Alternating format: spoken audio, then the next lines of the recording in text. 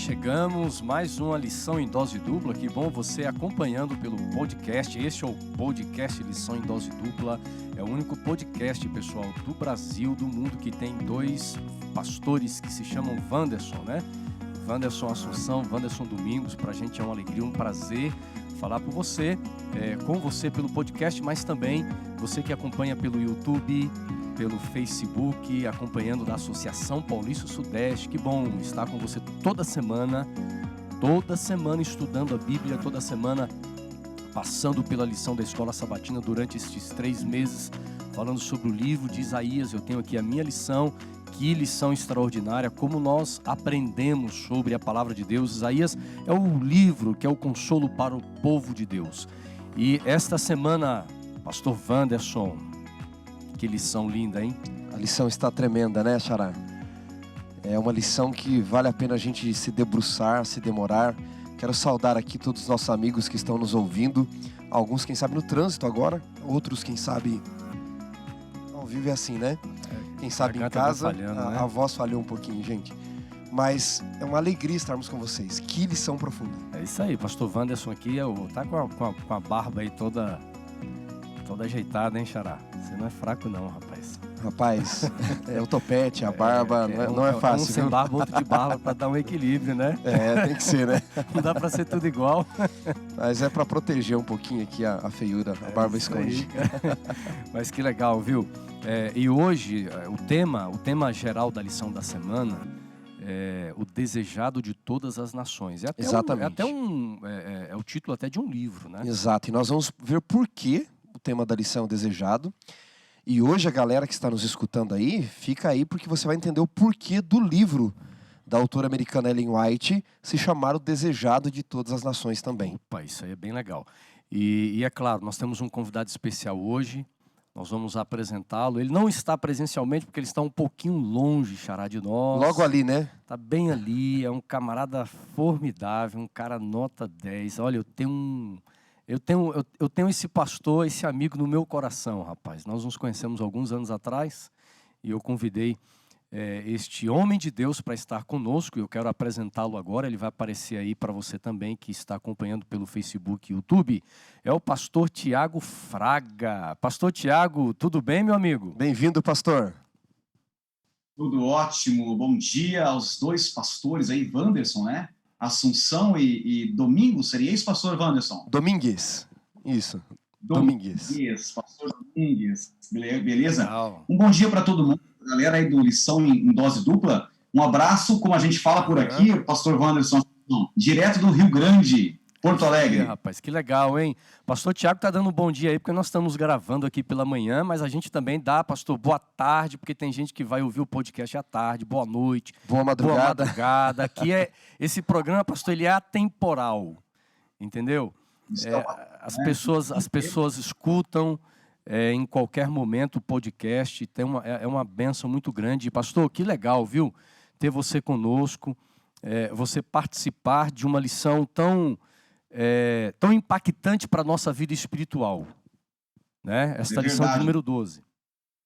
Essa lição está incrível, né? O desejado de todas as nações, trazendo, assim, lições extremamente práticas para a nossa vida espiritual, teológicas também, né? Alguns pontos que a gente precisa entender nesse processo. Verdade. Eu tenho certeza que todos sairemos, assim, enriquecidos dessa discussão. É verdade. Pastor Tiago, fala para o pessoal um pouquinho de você, de onde você o que você faz no ministério, né? Fala um pouquinho assim, para a gente ter uma ideia. Eu já te conheço bem, a sua trajetória, mas o pessoal, a maioria não conhece. Legal, pastor. Meu nome é Tiago, como foi dito aqui, Tiago Fraga, sou casado com a Daniele e tenho 2 filhos, o Pedro e o Lucas. A minha família, pastor Wanderson, é Família tudo para mim, não é? Ele realmente é uma bênção na minha vida. Eu trabalho no ministério já há 10 anos, na verdade esse é o 11º ano do ministério. Me formei aí no NASP, Engenheiro Coelho, e comecei trabalhando na área de publicações, como diretor associado de publicações. Depois assumi o departamento, isso tudo na Associação Central Sul Rio-Grandense. Fica também em Porto Alegre. Na região mais centro do estado, né, pastor? exatamente. Uhum. E aí, depois de passar por 3 anos na área de publicações, eu fui para o distrito, onde tive o prazer ali de trabalhar na Matias Velho, na cidade de Canoas, e o pastor Wanderson foi meu ministerial. Pastor Wanderson, não esqueço daquele dia juntos, hein? Aquelas visitas, estudos bíblicos, Verdade. pastor Wanderson, grande parceiro, foi um dia muito especial para a gente. Depois de passar 3 anos lá no distrito da Matias Velho, em Canoas, região metropolitana aqui de Porto Alegre, eu assumi o departamento do Ministério Jovem da Associação Central, aqui no Rio Grande do Sul. Passei 3 anos lá na Central e fui chamado para trabalhar na Associação Sul-Rio-Grandense, também aqui em Porto Alegre e também na área do Ministério Jovem. Então, esse é o meu 5º ano atuando como líder de jovens, já que eu estou aqui no meu 2º ano aqui na Sul-Rio-Grandense. É legal, pastor, mencionar aqui que a Associação Sul-Rio-Grandense é a associação mais antiga do Brasil. É verdade, Ela pastor. já está esse ano 116 anos. É isso mesmo. É a mais antiga do Eu trabalhei 5 anos nesse campo aí, viu, pastor? Nesta associação. De 2006 até 2010. Bons tempos. Eu quero mandar um abraço, então, porque eu acredito que algumas pessoas estarão acompanhando a gente nesta lição aí do Rio Grande. Um abraço para todo o Rio Grande, né? Para os gaúchos, especialmente para muitos irmãos e irmãs jovens aí da Associação Sul-Rio-Grandense, onde eu também trabalhei. Um abraço e um abraço especial ao pessoal de Viamão, viu? Mandando aí. Santa Isabel. Tive a alegria de pastorear algumas pessoas aí. Xará, vocês não foram contemporâneos? Estava calculando aqui mais ou menos, ou não? Eu acredito que sim, porque eu me formei no ano de 2009, em dezembro de 2009. Eu tenho lembrança do Tiago lá. Assim, é muita gente, né, pastor? No NASP, e também já faz um tempinho aí. Mas eu acredito que a gente foi contemporâneo ali, sim. Legal, viu? É que eu era 30 quilos mais magrinho, né? Nós tempo estudamos passa, sim, né? mesmo em 2006, Anderson. Isso, eu entrei em 2004, daí eu tranquei o curso um pouquinho por falta de dinheiro. Tranquei o curso 2 vezes para me formar, não foi fácil. Isso é normal na vida do teólogo. E né? aí eu me formei no ano de 2009. Voltei em 2006 e me formei no ano de 2009. Então, eu comecei em 2006, era para ter me formado em 2009, mas também tranquei por um ano e acabei me formando em 2010. Mas nós, com certeza, assistimos algumas aulas juntos lá no NASP. É Bons verdade, tempos, né? pastor. É verdade. Dos 3 aqui, eu sou o único normal que não tranquei, viu? Eu levava a comportagem a sério. Eu também, a comportagem que não me levou a sério algumas vezes. Ai, que legal, viu, gente? Mas, olha, nós sempre, depois desse bate-papo descontraído aqui, pastor Tiago, nós sempre oramos, né? E Deus vai nos abençoar no estudo desta lição. Xará, conduza-nos então por este momento aí na presença do Senhor. Vamos elevar uma prece ao Senhor. Querido Deus, estamos chegando ao final do nosso guia de estudos trimestral, a nossa lição da Escola Sabatina. E hoje nós vamos estudar o tema central da história do mundo. O tema central da história da redenção. É o desejado de todas as nações. Que o Senhor nos abençoe, a nós que aqui estamos, e ao pastor Tiago Fraga, lá de Porto Alegre, falando para nós, aos amigos que nos ouvem nos mais diversos lugares do Brasil e do mundo. Clareia nossa mente para entendermos a Tua vontade na Tua palavra. Oramos por Jesus. Amém. Amém. Amigos, eu acho esse título aqui muito lindo, desejado de todas as nações, e falando em título, esse é um dos livros escritos pela autora Ellen, a autora americana Ellen White. Eu quero recomendar, se você ainda não leu, é a biografia mais completa, biografia mais impactante, mais linda e fidedigna a respeito da vida, desde o nascimento até a morte de Jesus, a ressurreição, né? Falando sobre Cristo, e ela escolheu, pastor Wanderson e pastor Tiago, esse tema, esse título, desejado de todas as nações. Por quê? Nós poderíamos dizer, durante aquilo que nós estudamos, quem é este desejado de todas as nações, para a gente dar o pontapé inicial aqui para a nossa lição? Pastor Assunção e pastor Tiago, responder esta pergunta é algo muito profundo, não é? Então vamos deixar o texto bíblico falar. Isaías capítulo 60 nos explica o porquê, e isso vai abrir discussão para falarmos da aliança, de muita coisa. Você vai ler o verso 3? Eu vou ler a partir do verso 1 para contextualizar, Okay, tá bom. Porque para mim, pastor Assunção, esta é uma das profecias mais impressionantes do Antigo Testamento e do livro de Isaías. Isaías 60, a partir do verso 1, diz: dispõe-te e resplandece. Deus está falando com Israel, com Jerusalém. Uhum. Agora notem, amigos, porque vem a tua luz e a glória do Senhor nasce sobre ti. E aí diz: porque as trevas cobrem a terra, a escuridão os povos, mas sobre ti aparece resplandecente o Senhor, e a glória do Senhor se vê sobre ti. Verso 3: as nações se encaminham para a tua luz, e os reis da terra para o resplendor que te nasceu. E aí, se nós continuarmos lendo no verso 6, pastor Assunção, olha que fabuloso isso aqui. A multidão de camelos, sabe essa glória que nasceu em Israel, esse resplendor que nasceu? Aí Isaías diz: a multidão de camelos te cobrirá. Os dromedários de Midian e de Efá, todos virão de Sabá trazendo ouro, incenso, e publicarão louvores ao Senhor. Uhum. E aí nós vamos pegar mais de 700 anos depois de Isaías, em Belém da Judéia. Os reis de vários lugares do mundo vêm, especialmente do Oriente, e trazem ouro, incenso E mirra. e por conta deles a mirra ao resplendor que nascer em Israel. Isso é fabuloso. É muito lindo. Pastor Tiago, o texto, o pastor Wanderson leu aqui, o texto principal da lição é Isaías 60, verso 3, e justamente traz esse contraste, né, entre o mundo de trevas, não só nos dias de Isaías, nos dias do ministério, vida e ministério de Jesus, mas hoje vivemos em tempos tão difíceis, mas a palavra de Deus como sendo uma palavra atemporal, como ela se conecta conosco hoje, pastor? Esta mensagem de que viria a luz, esta luz veio, mas ela continua irradiando sobre a vida, sobre esta terra, sobre a nossa vida, né, pastor? É verdade, pastor Wanderson. Como foi lido agora pelo outro pastor Wanderson, né? Nós temos, assim, nessa profecia apresentada no livro de Isaías, a referência direta ao nosso Salvador Jesus Cristo. Ele que é a luz do mundo, ele que, em última análise, representa a única esperança para todos nós. Ele deveria ser, colegas, ele deveria ser, de fato, o desejado de todas as nações.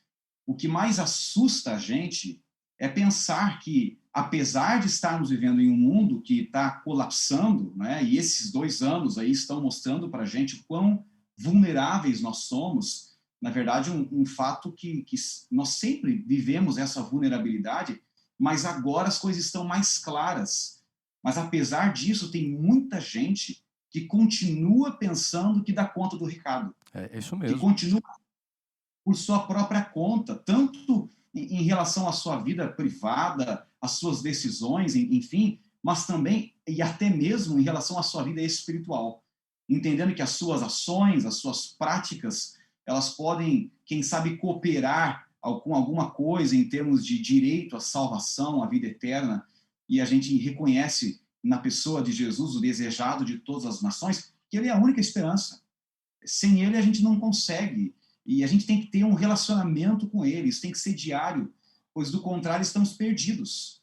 Somos vulneráveis, somos frágeis e dependemos dele, dependemos do Senhor. Até porque, pastor, quando nós falamos dessa necessidade do ser humano de buscar, de viver, como estudamos na semana passada, o apelo de Deus, o convite, busque o Senhor enquanto se pode achar, nós chegamos aqui, nós falamos um pouquinho sobre o capítulo 60 de Isaías, mas o nosso guia, nós estamos no capítulo 59. E no capítulo 59, de uma forma tão clara, com uma clareza tão grande, o profeta Isaías, ele fala sobre o problema do pecado. O problema da natureza pecaminosa, o problema do pecado, o problema dos efeitos do pecado. E eu queria trazer para vocês aqui, para a gente poder dialogar sobre isso. Nós entendermos de uma forma mais profunda o problema do pecado, os efeitos do pecado. Porque às vezes nós imaginamos ou minimizamos os efeitos do pecado. Inclusive, Xará, na semana passada a gente tocou levemente sobre esta questão aqui, a minimização do pecado. Exato. Quando o ser humano acha que pecado não é mais pecado, mas o capítulo 59 de Isaías vai descortinar diante de nós este tema, e a gente precisa dialogar um pouquinho sobre isso aqui, amigos. O que a palavra de Deus diz, principalmente, eu acho que a gente pode começar em Isaías 59, pastor Tiago, os versos 1 e 2. Os versos 1 e 2. Você pode ler, pastor Tiago? E aí o Xará vai introduzindo aqui, a gente vai debater um pouquinho sobre este capítulo aqui.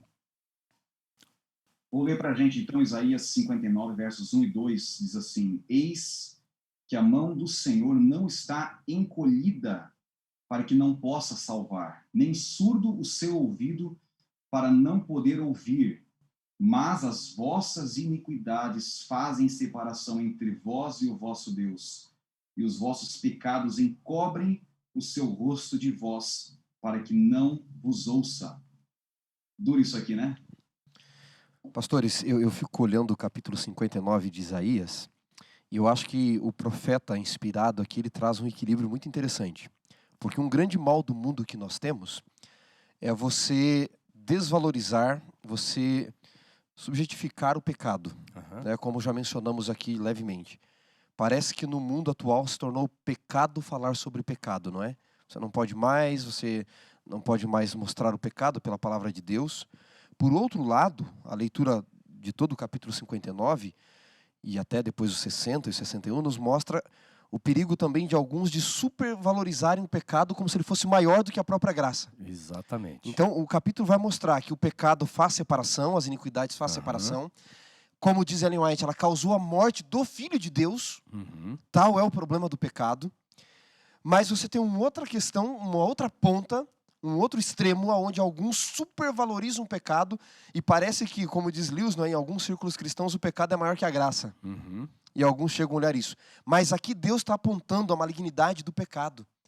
O quanto ele faz separação e o quanto o povo, através dos seus jejuns, não é de que adianta a gente jejuar, de que adianta a gente orar. E Deus diz, a minha mão não está encolhida para salvar. O problema é que vocês estão, às vezes, supervalorizando ou às vezes subestimando o pecado. Vocês não têm um equilíbrio quanto a isso. Então o problema não está em Deus aqui, segundo o texto bíblico. Jamais. Mas o problema estava com o povo. O povo que não queria salvação. Porque às vezes a gente quer as bênçãos de Deus, mas não a vontade de Deus para a nossa vida. A salvação implica em algumas coisas. Na oração do Pai Nosso, Jesus disse, não é, que nós podemos orar, venha a nós o teu reino. Mas ele completa dizendo, faça-se a tua vontade na terra e no céu. Então alguns só querem que venha o reino, as bênçãos de Deus, mas não querem a vontade de Deus para a vida deles. Pastor Tiago, vendo o verso 2, de uma forma tão precisa, deixa claro para nós o grande efeito do pecado. É claro que há muitas outras consequências. Por exemplo, na própria personalidade, a mancha que traz no caráter do ser humano, as tendências carnais que nós já nascemos com elas, a tendência para o mal. Por exemplo, a gente observa uma criança pequena, né? E às vezes ela já tem a tendência de mentir, de falar inverdades, mas isto eu vejo que são as camadas mais superficiais causadas pelo pecado, porque a parte mais profunda é revelada aqui no versículo 2. É verdade, pastor. E se tem uma coisa que a gente pode, assim, perceber, né, quando se analisa esse texto que foi lido agora aqui de Isaías 59, é que existe um trabalho muito intenso por parte das trevas, não é, do nosso inimigo, dessa força que tenta jogar essa ideia do pecado num pêndulo, ou para um lado, né, indicando assim que o pecado ele tem que ser vencido e essa vitória ela é alcançada através dos meus esforços. Agora existe esse lado é importante dizer que ele é perigoso, porque a Bíblia é muito clara em mostrar para a gente que somos salvos unicamente pela graça, nossas vitórias são alcançadas em Cristo, mas tem um outro lado, um outro extremo, que joga essa ideia do pecado num aspecto assim meio que sem valor. Calma, nem tudo isso aí é errado, vamos levar a vida um pouco mais leve. E dessa forma, a gente acaba indo para um extremo, que são as práticas pecaminosas, que, como diz Isaías aqui no capítulo 59, o verso 2, nos afastam de Deus. Eu acho que esse é o maior problema, né, lição, pastor? Esse afastamento de Deus, né? sim, e aí, pastor Wanderson, o autor da lição colocou algo muito interessante. Não é que Deus se afasta de nós quando nós pecamos. A Bíblia inteira é justamente um livro contando a história de um Deus de amor indo atrás dos filhos que pecaram. Não foi assim que aconteceu com Adão e Eva? Nós erramos, pecamos e Deus vem atrás de nós. Ele nos pergunta onde vocês estão. Ele se interessa por nossa salvação. Mas quando nós pecamos, nós vamos nos afastando de Deus. Nós vamos nos escondendo de Deus. E essas práticas, elas podem nos levar a uma distância tão grande do Senhor que a gente já não se importa com Ele, a gente já não busca a presença dEle. Deus deixa de ser principal, algo realmente de prioridade na nossa vida. E aí a gente está lascado. Essa é a grande verdade. Como é impressionante notarmos que quando a gente lê Gênesis, por exemplo, o autor menciona Gênesis 3:8, Gênesis não é história somente sobre Adão e Eva, não é história de Adão e Eva, de Abraão e Sara, de Jacó e Raquel. Não, Gênesis é a nossa história. Porque ali Eva, ela peca por amor a ela, né? Ela peca amando sua vontade, os seus desejos. Adão pelos seus próprios amores, sempre colocando alguns amores acima do amor de Deus. E aí eles tentam resolver o problema de descobrir a vergonha da sua nudez com folhas que secariam no outro dia, não é? Então você vê o amor ao eu, o afastamento de Deus, que é o que o autor coloca aqui da lição, uma tentativa de resolver o problema com as minhas próprias justiças e obras, folhas de figueira, não é? E depois você vê Deus, como o pastor mencionou, desde o início indo atrás e resolvendo o problema da vergonha do pecado como? Com a morte do cordeiro e com pele de animal, cobrindo com a justiça dele, não é? Gênesis não é a história deles, é a nossa história. Gênesis está o DNA da humanidade, o DNA da criação, mas também os efeitos do pecado. Agora veja, o pecado destrói o nosso relacionamento com Deus. E quando há esta separação, quando este relacionamento que foi estabelecido por Deus entre ele e o ser humano lá no Éden, e você volta aí lembrando como era esse relacionamento perfeito entre Deus e o ser humano no Éden, e agora isso é rompido por causa do pecado, da natureza pecaminosa, mas também por conta dos meus atos pecaminosos. Isso tem levado o ser humano à ruína. E o pior de tudo é que o ser humano hoje não tem a percepção da ruína em que eles têm vivido. Ou seja, vivendo distantes de Deus. Como o diabo consegue, pastor Tiago, cegar as pessoas da gravidade do momento que elas vivem distantes do Senhor. É impressionante isso. E talvez, eu trabalho com jovens colegas, estou até usando aqui a camiseta do tema do ano, né? Chegou a hora. Essa nova geração, que eu amo demais, é uma geração que vive num ambiente regado por uma influência perversa, que constantemente trabalha para justamente desfazer alguns valores, alguns princípios que são fundamentais na compreensão desse grande conflito, de que existem coisas certas e existem coisas erradas. Deus, ele tem uma expectativa com cada um dos seus filhos em termos daquilo que nós fazemos ou deixamos de fazer. E isso não é perfeccionismo, isso tem que ficar claro. Eu não estou defendendo aqui a ideia de que o povo de Deus, aqueles que se entendem como filhos de Deus, eles serão perfeitos, né? Não vão errar jamais. Não, a gente erra. Nós erramos porque somos seres humanos, mas quando nós estamos ao lado de Deus, a gente vai percebendo, justamente por essa conexão com o Senhor. O apóstolo Paulo fala, né, na sua primeira carta aos Coríntios, que à medida que nós contemplamos o Senhor Jesus, nós somos transformados à sua imagem. Como diz o Salmo 37, agrada-te do Senhor e Ele satisfará os desejos do teu coração. Isso por quê? Porque nós passamos a olhar a vida a partir de um ponto de vista como aquele que Deus olha. E aí, gente, diferente. Tem coisas que não negocia, pastor. Tem coisas que não se negocia. Que você tem um claro assíntio do Senhor. E além da revelação bíblica, a gente também tem uma consciência moral, não tem? Temos. Aquela consciência que mostra para a gente assim, cara, isso aqui está errado. isso aqui está certo, isso aqui está errado. E se nós negamos essa consciência e vamos fazendo as coisas assim, a maneira como nossa natureza carnal vai nos orientando a fazer, a gente vai colher frutos amargos, frutos muito amargos. E aí, o pecado é perfeito e nos afasta de Deus, né, pastor? além do pecado causar esse afastamento, eu vejo, pastor Wanderson, um outro problema do efeito do pecado no ser humano, muitas vezes, de levar o ser humano a rejeitar a oferta divina, a oferta da salvação, como a gente vê aqui nesse capítulo 59. O maior problema do pecado, como muitos vícios que existem na vida, é quando eles fazem nos acostumar com a situação que estamos, não é? Então, você sempre pede mais do álcool, mais das drogas e do pecado, seja qual ele for. Você sempre vai pedindo cada vez mais, como os vícios humanos, que são resultados do pecado também. Note que capítulo 59 de Isaías, verso 4, diz: não há quem clame pela justiça. Ninguém que compareça em juízo pela verdade. Confiam naquilo que é nulo, nas mentiras, não é? Concebem o mal e andam à luz a iniquidade, não é? E dão à luz a iniquidade. Agora, o que me chama a atenção, pastores, é o versículo 5, diz assim, olha, chocam ovos de áspide. Quem pode comer ovos de cobra, não é? Não importa como, você vai morrer o tempo todo. Então o texto está dizendo o seguinte: o pecado é tão malévolo que o que vocês estão fazendo está destruindo vocês mesmos. E Deus precisa interferir, porque se ele não interferisse, eles se autodestruiriam e depois destruiriam uns aos outros e depois se autodestruiriam.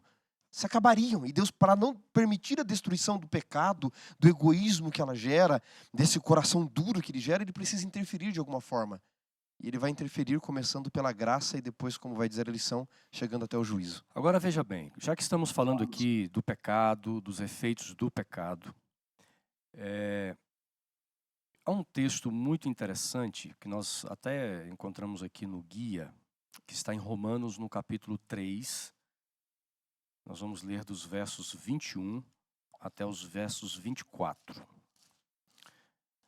Neste texto, o autor, Romanos capítulo 3, deixa eu procurar aqui na minha Bíblia, Romanos capítulo 3, versos 21 até o versículo 24.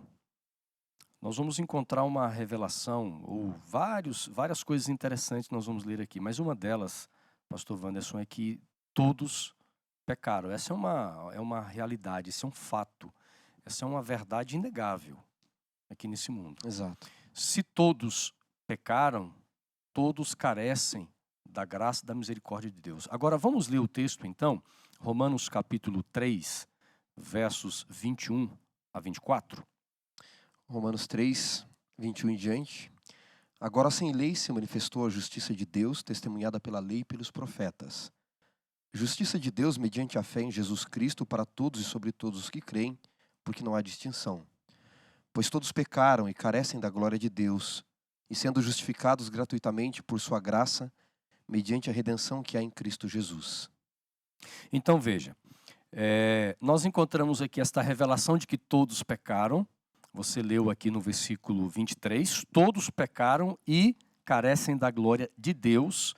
Mas veja bem, há um contraste aqui, ou dois temas muito interessantes nesses versos, pastor Wanderson e Tiago, que é o papel da lei e o papel da graça.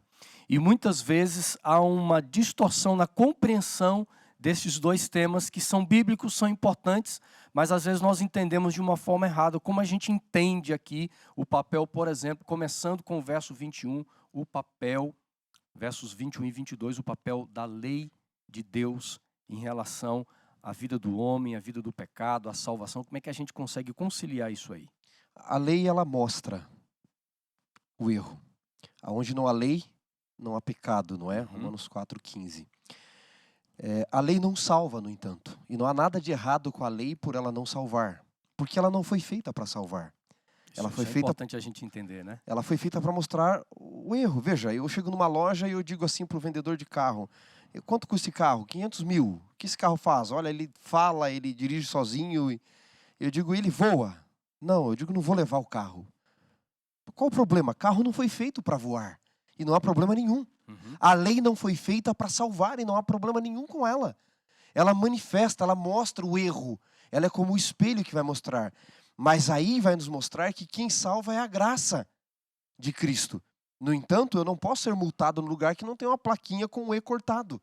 A lei é necessária. E alguns podem dizer assim, bom, se a lei não salva, e nós estamos debaixo da graça agora e não da lei, então eu não preciso mais da lei. Paulo falou isso em Romanos 6,15, ele diz, e aí, havemos de pecar, ou seja, transgredir a lei, pecado também é a transgressão da lei, porque estamos debaixo da graça e não da lei? E Paulo usa uma expressão interessante em Romanos 6,15, ele termina o verso 15 dizendo, megenoito em grego significa, aqui está traduzido por de modo nenhum, mas a melhor tradução aqui, Xará, é ideia de louco. Achar que porque a lei não salva, é a graça que salva, e então agora estamos debaixo da graça, eu não preciso guardar a lei, é uma ideia, diz o apóstolo Paulo, de louco. A lei é importante, porque ela precisa continuar apontando o pecado. De certa forma, a gente poderia dizer que a lei ela é uma bênção de Deus para o ser humano? Sim, ela é a transcrição do caráter de Deus, de uma forma resumida, é verdade, ali na tábua em Êxodo 20, mas ela é uma bênção para nós, porque se não fosse, o mundo poderia fazer o que quisesse. O que nos mostraria o que é pecado? Seria o achismo de cada um? Isso é um perigo tremendo. É verdade. Pastor Pastor, Tiago, oi. Existe um aspecto, primeiramente, né, a fala anterior do pastor Wanderson Domingues, eu até cheguei a abordar aqui, mas é que o delay às vezes atrapalha. E agora tu trouxe novamente essa ideia de quanto a lei ela é benéfica, o quanto a lei ela nos ajuda. Eu tenho 2 filhos, como mencionei, eles já não são mais pequenininhos, mas quando você tem um filho pequeno e ele pega uma faca afiada, ele não tem muita noção do risco que aquilo representa, ele quer brincar com aquela faca, mas o pai que tem consciência do risco que aquilo representa, que ele pode se machucar, ele vai lá e fala assim, não, você não vai brincar com isso aqui é perigoso. Naquele momento, a criança pode até não entender, mas já pensou se eu dissesse assim para uma filha, não filha, pode brincar, você está pedindo para mim, pode brincar.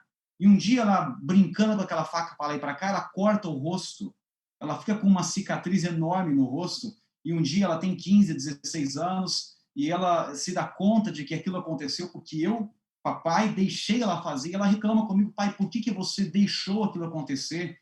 E eu dizer alguma coisa para ela do tipo, filha, é que eu te amo tanto, que tudo que você me pede para fazer, eu permito, isso é o meu amor. Você percebe que existe uma incoerência nisso? O amor verdadeiro, ele protege.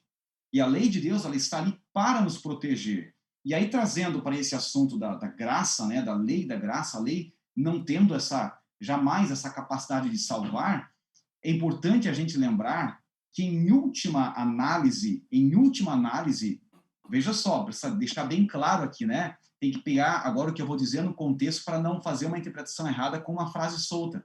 Em última análise, a salvação é para quem obedece à lei. O que diz lá Romanos 6:23? O salário do pecado é o quê? É a morte. Se eu desobedecer à lei, eu mereço unicamente a morte. Não tem outra alternativa. Mas aí vem a graça. A graça é aquilo que eu não mereço. É um favor totalmente gratuito. É Jesus vivendo uma vida perfeita, obedecendo a lei plenamente e dizendo o seguinte, Tiago, eu pago o preço da tua salvação. Eu morri por você, agora você precisa fazer uma única coisa, me aceitar. A partir do momento em que eu aceito a Jesus, qual é a lógica de eu aceitar um sacrifício tão grande e dizer o seguinte, cara, eu não vou mudar de vida.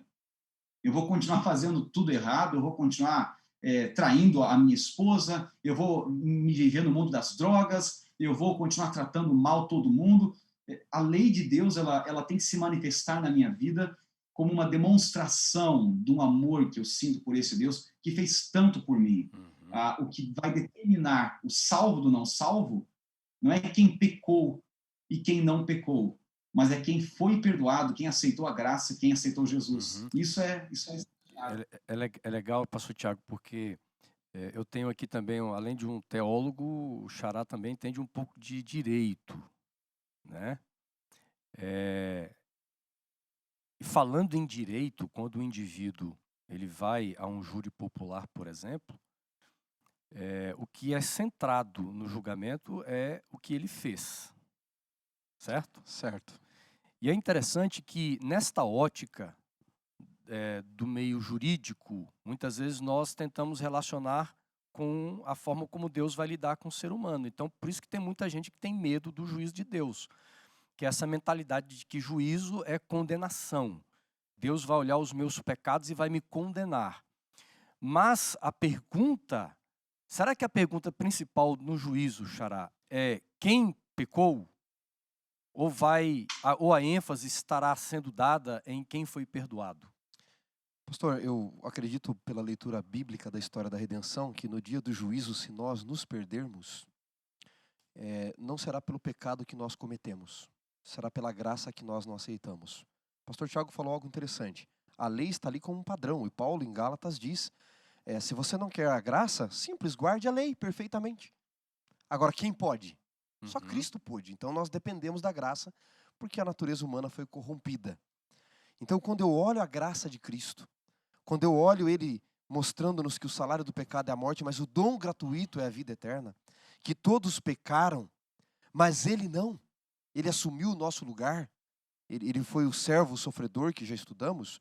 Quando eu olho essa graça manifestada a nós, à nossa disposição, o Espírito Santo trabalhando para nos convencer do pecado, da justiça e do juízo, eu entendo que no dia do juízo, se nós nos perdermos, repito, não será pelo pecado que cometemos, será pela graça que nós aceitamos. A diferença entre salvos e perdidos não será a quantidade de pecados. E eu até me arrisco a dizer aqui, nem a qualidade dos pecados. Haverá pessoas no céu que pecaram quantitativamente, qualitativamente, muito mais do que aqueles que se perderam. E muitos pecados até piores. Exato, mas aí está a questão da graça aceita. Desta dívida que foi perdoada e custou tudo para Ele, não é? Mas a graça de graça para nós, mas que custou tudo para Ele e que alguns não quiseram aceitar. E veja, o sacrifício de Cristo teve uma amplitude universal. O pecado, nós já vimos aqui na lição, já comentamos que o pecado ele alcança todos, a graça também alcança todos. Mas também, amigos, o apelo de Deus, isso é lindo demais. Aí chegamos ao capítulo 60 de Isaías. Os versos 1 e 2 eu quero ler, que nós vamos ver que o apelo de Deus ele é universal. O pecado ele alcança todos na terra, os efeitos da morte de Cristo também alcança todos, e o apelo de Deus é para todos. E aqui diz assim, Isaías 60, versos 1 e 2, levanta-te, resplandeça porque já vem a sua luz e a glória do Senhor está raiando sobre você. Que texto lindo.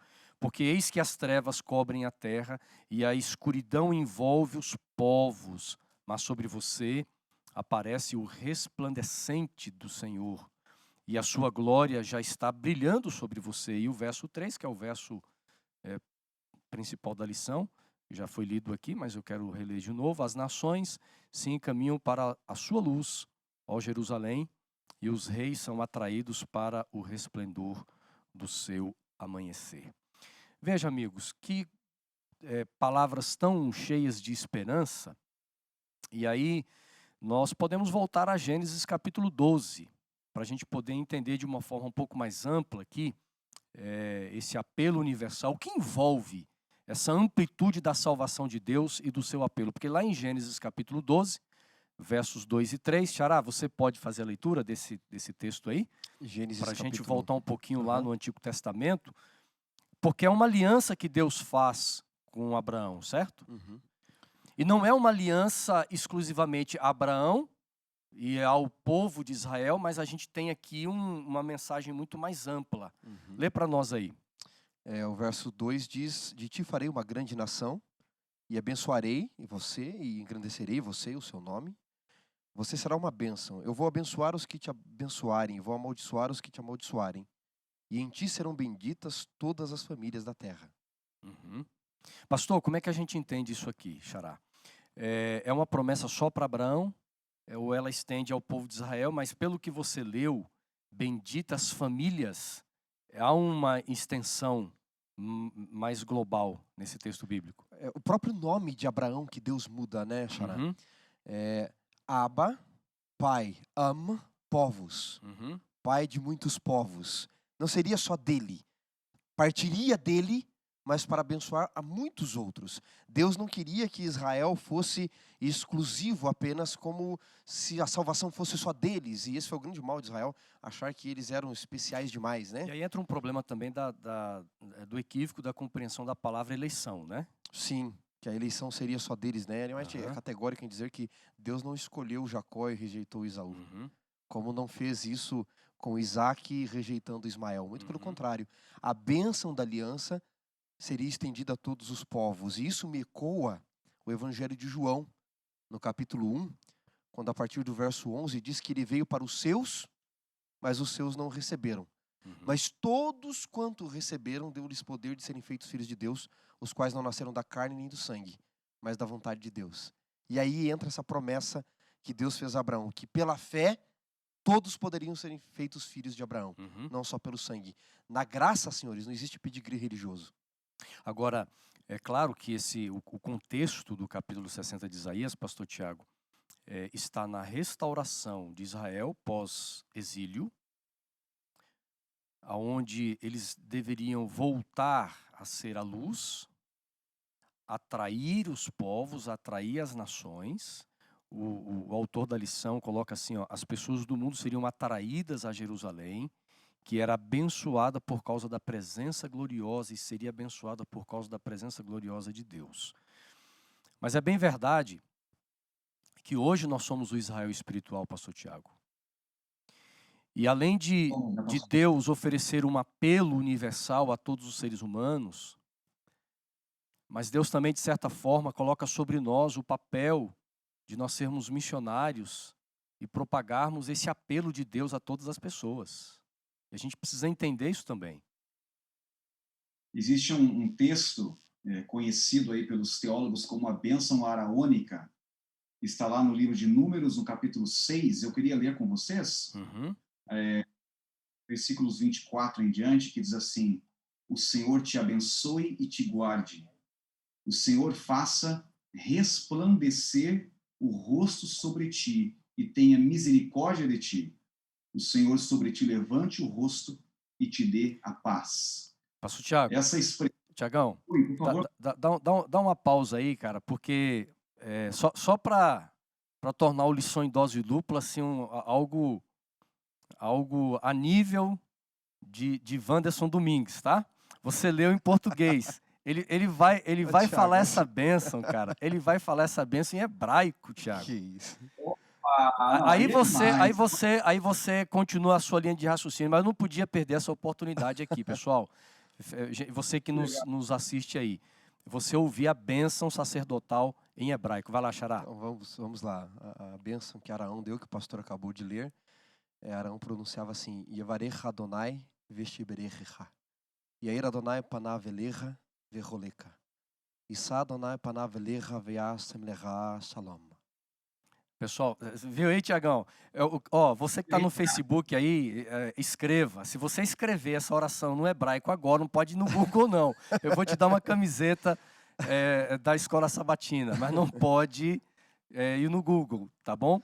Pastor Tiago, depois desta oração agora em hebraico, meu amigo, você está mais iluminado para continuar a sua linha de raciocínio. Agora eu recebi aqui a força do Espírito, né?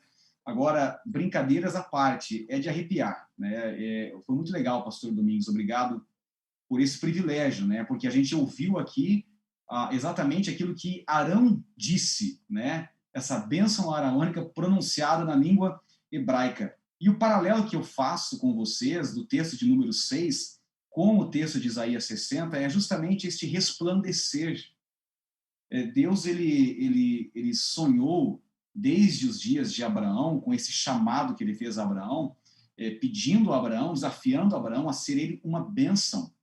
E ele abençoaria a todas as famílias da terra. É claro, existe uma conexão ali com o descendente de Abraão, Cristo, que trouxe a bênção suprema, né, da libertação, da cura do pecado, né? Jesus Cristo morreu por nós. Mas é claro que existe uma aplicação, meus colegas queridos, a nossa vida como cristãos, como pessoas que vivem uma vida de tal forma que ilumina, que abençoa aqueles que estão ao nosso redor.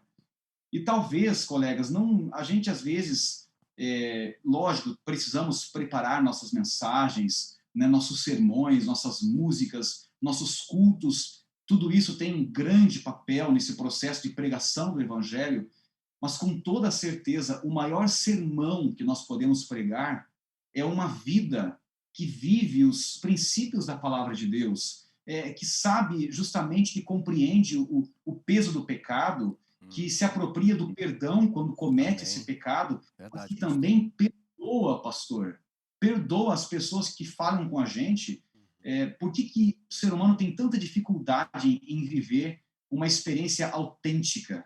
Essa nossa natureza, ela precisa ser superada, e ela é superada numa convivência diária com Deus, e aí, através dessa convivência com o Senhor, nós passamos a ser essa luz, né, que ilumina, de alguma forma, aqueles que estão ao nosso redor. Eu acredito que esse sempre foi o plano de Deus para o seu povo, que através da nossa vida as pessoas possam enxergar Jesus, né? Moisés não teve o rosto brilhante, o rosto de Moisés não brilhou quando estava na presença de Deus.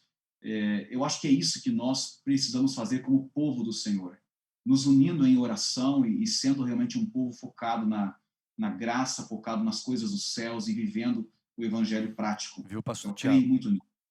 E é exatamente esse momento tão turbulento que a humanidade vive, nós cristãos precisamos depender de Deus e pedir que Deus nos reposicione como representantes dele na terra. Nosso modo de viver, como você disse, com o nosso modo de ser. Você é da área jovem, né? Lida muito com internet, lida muito com redes sociais. E às vezes eu percebo que muitos cristãos poderiam aproveitar mais as redes sociais para trazer essa esperança, trazer essa luz maravilhosa, e às vezes entra na onda do mundo, né? O mundo não tem nada de bom a oferecer. A gente acompanha pelas redes sociais, o mundo está polarizado, cheio de raiva, cheio de ódio, o debate, é fake news. Nós temos uma verdade, nós temos uma mensagem, nós somos um povo para um tempo que foi escolhido por Deus. Deus nos escolheu para esse tempo, para vivermos, Xará, esse propósito de Deus, né? No mundo que carece do Me permite te pecado e interromper. pelos efeitos do pecado. Me permite te interromper, eu acho que eu queria fazer só um comentário antes de a gente fugir desse aspecto aqui do nosso assunto, e aí o teu xará segue nos comentários também. Eu, como tu mencionou agora, que trabalho com a juventude, a gente encontra nessa geração uma geração muito mais crítica do que éramos no passado, né? Quando eu era um jovem, de fato, hoje eu trabalho com jovens, mas já não sou jovem, né? Mas lá atrás nós éramos, a nossa pergunta não era por que tem que fazer, a nossa pergunta era como fazer. Um líder da igreja trazia um desafio e a gente só perguntava como que eu faço. Hoje, a geração de hoje pergunta assim, mas por que eu tenho que fazer isso?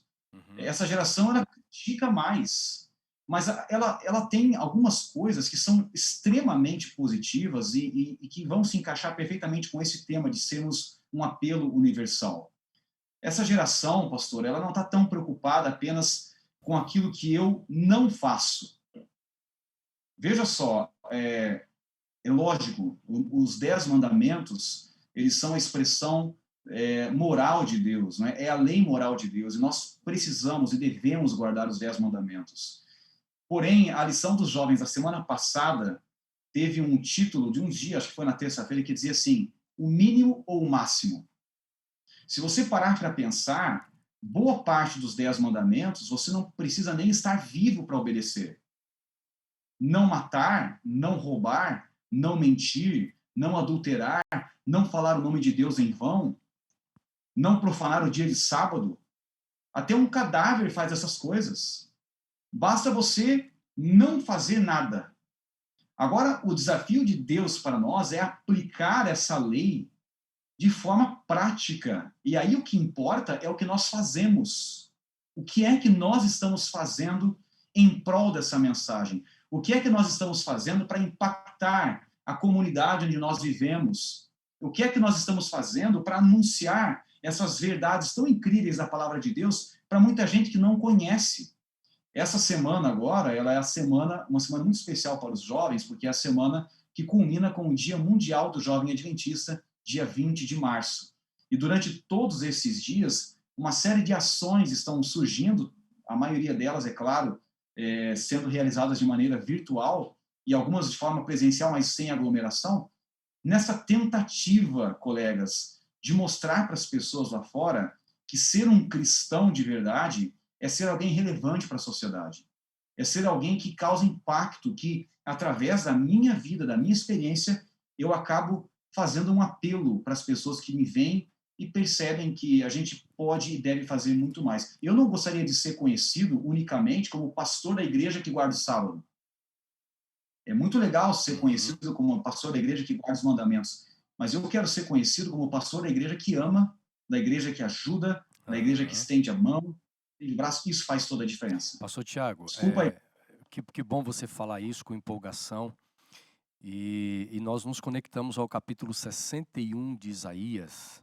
Xará, você lê para nós aí. Nós vamos ler os versos 1 e o verso 2. Ok. Porque tem a ver com o que o pastor Tiago tem dito. Olha só.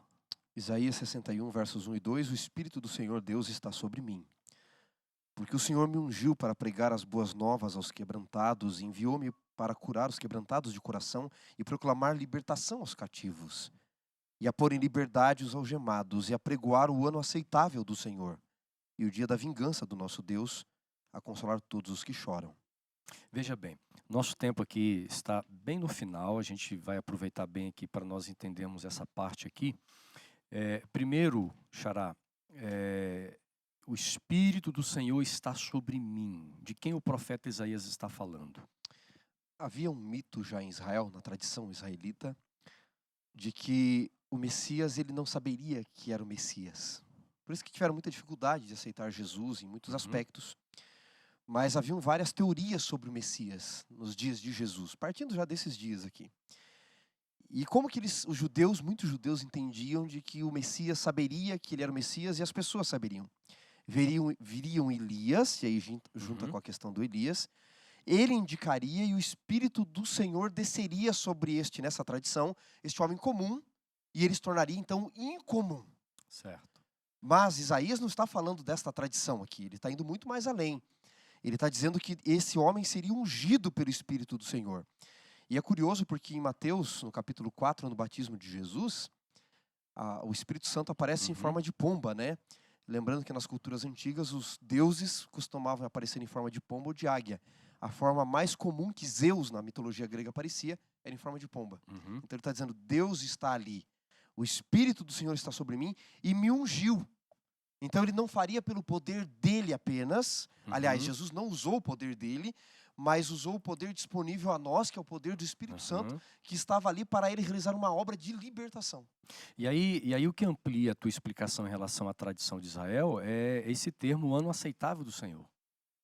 Que não é uma aplicação literal baseado no Jubileu de Levíticos 25, né? Exatamente, mas só para dar um panorama rápido aqui sobre o dia aceitável do Senhor, lá em Levíticos, para a gente poder entender o que o profeta quis dizer, o cumprimento disso na vida de Jesus. Pastor, Deus sempre quis o povo todo em liberdade. Embora Israel tivesse servos e escravos, como eles também foram, Deus nunca quis isso como ideal.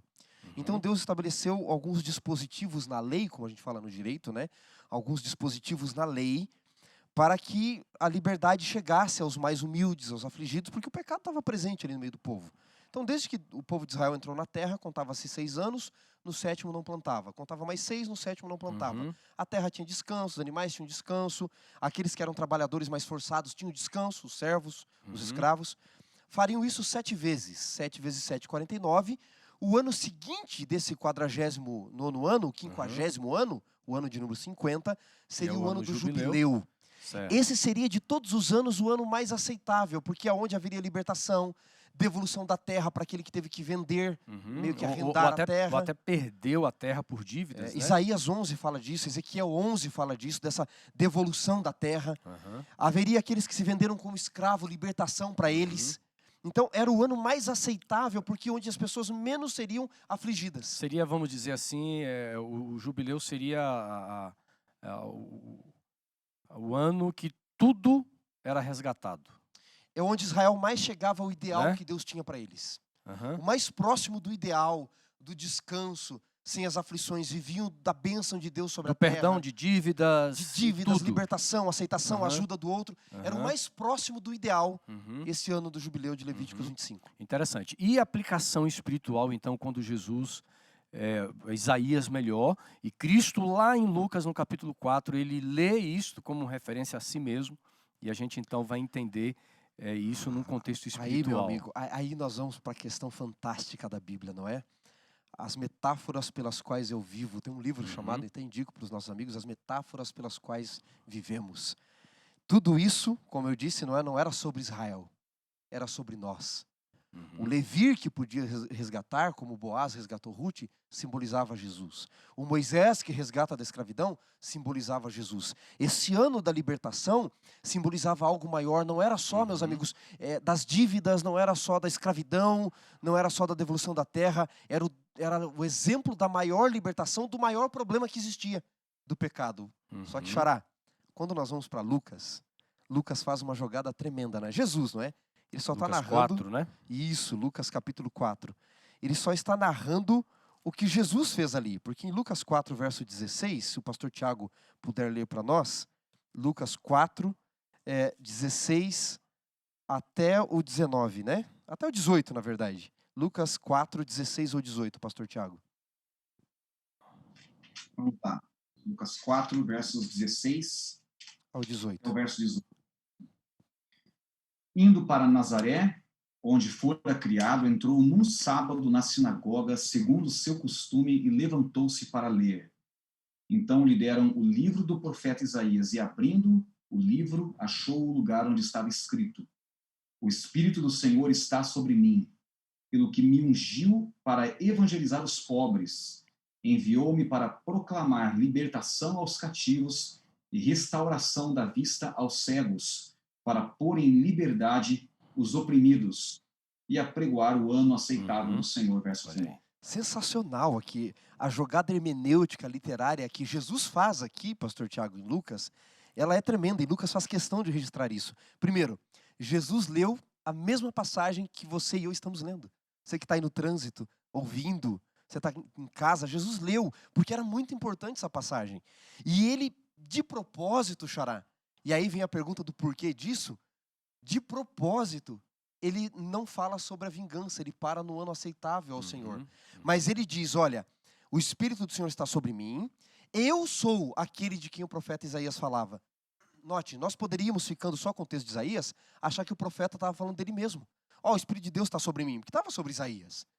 E eu estou aqui pregando para vocês. Mas Jesus diz, não, o profeta não falava dele. Hoje se cumpriu o que vocês estão lendo. Eu sou ungido pelo Espírito que Isaías profetizou. Eu vim para libertar, não da venda da terra, não da escravidão só desta terra. Eu não vim aqui só para me deparar com as questões sociais só dessa terra, embora elas sejam importantes. Eu vim para ir além, para falar da libertação do pecado. E o ano aceitável do Senhor é quando Jesus então dá a libertação na cruz do Calvário. Durante todo o seu ministério, ele apregou a libertação, mas apontando para o livramento que iria se concluir com a sua segunda vinda. Porque ali, e aqui eu preciso só me delongar um pouquinho mais, pastor, mas é 30 segundos. Na cruz, Jesus nos libertou da escravidão do pecado, por isso começa o ano aceitável. Quando ele envia o Espírito, ele nos liberta não só da escravidão do pecado ali, mas do poder do pecado que atua na nossa vida. E quando ele voltar a segunda vez, da presença do pecado. Maravilhoso. Pastor Tiago, eu vou te dar aqui um grande desafio, rapaz. 1 minuto para você concluir, porque a lição ela termina depois de nós estudarmos, ouvirmos assim sobre esse tão grande amor, a graça, o sacrifício de Jesus, como o pastor Wanderson colocou agora aqui, a gente ampliando essa compreensão sobre o ministério de Jesus, essa aplicação espiritual sobre o dia aceitável, mas o texto de Isaías, voltando lá no capítulo 61, verso 2, fala do dia da vingança do Senhor. Mas a gente consegue entender, pastor, o final da lição de quinta-feira fala sobre isso. Eu queria que você abordasse esse ponto, né? Como é que nós entendemos, pastor, um Deus de justiça, um Deus de amor, mas a Bíblia diz que também é um Deus de vingança. Há alguma contradição com respeito aos atos de Deus, ao caráter de Deus? Porque quando a gente fala de vingança, nós sempre falamos de vingança num tom negativo, num tom ou carregados de sentimentos marcados pelo pecado. Mas Deus é diferente. Como é que a gente entende isso aqui, pastor? Nós vamos então, para o final, você pode concluir trazendo essas boas novas também para nós, né?